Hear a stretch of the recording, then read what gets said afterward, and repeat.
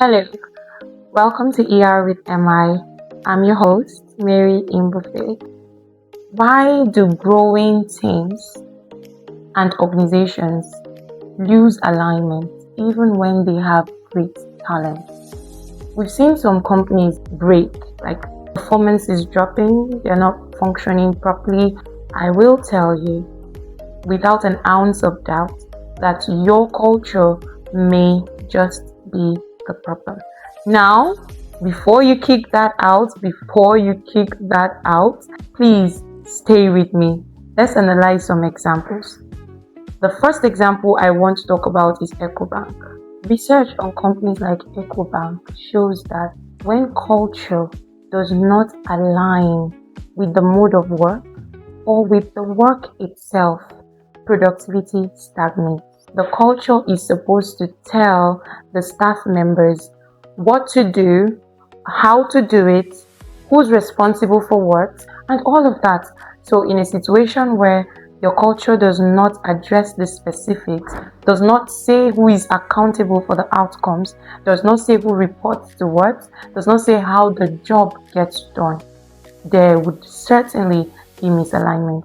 Now let's take a look at MTN, the example of MTN. We see that MTN has actually evolved over the years because it has huge competition, and not just that, it has also identified the fact that culture is very important to have productivity. One of the things that MTN did that actually helped them to scale with their talent pool is that they actually went for a culture of regular feedback.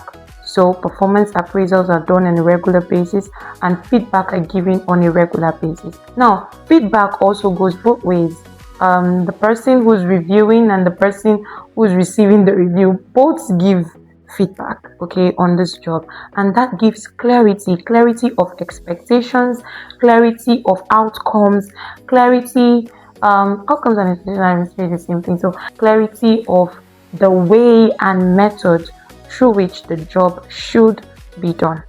I'm saying this to say that if people do not understand how decisions are made, who owns outcomes, what kind of behaviors are rewarded, then be rest assured performance will stagnate.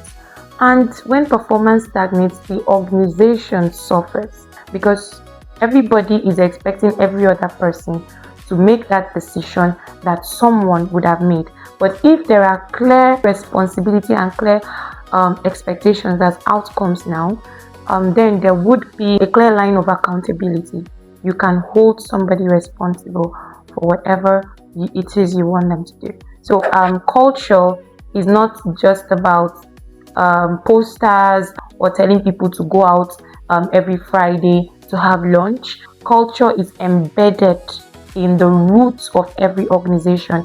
Now, when the structure and culture is not in place, the organization suffers. And this is why for most organizations, you can do well when you're just 2, 3, 10, maybe 20. But once you approach 35 to 120, you start failing because you don't have a clear culture, you don't have a clear structure in place, and you need diagnosis.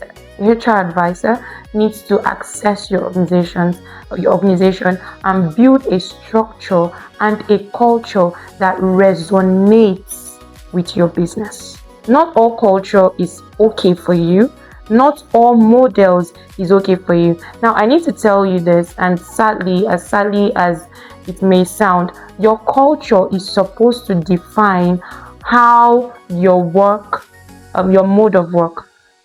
For some people, you just choose hybrid out of the blue, you choose remote out of the blue without accessing first the business and then the culture that drives that business.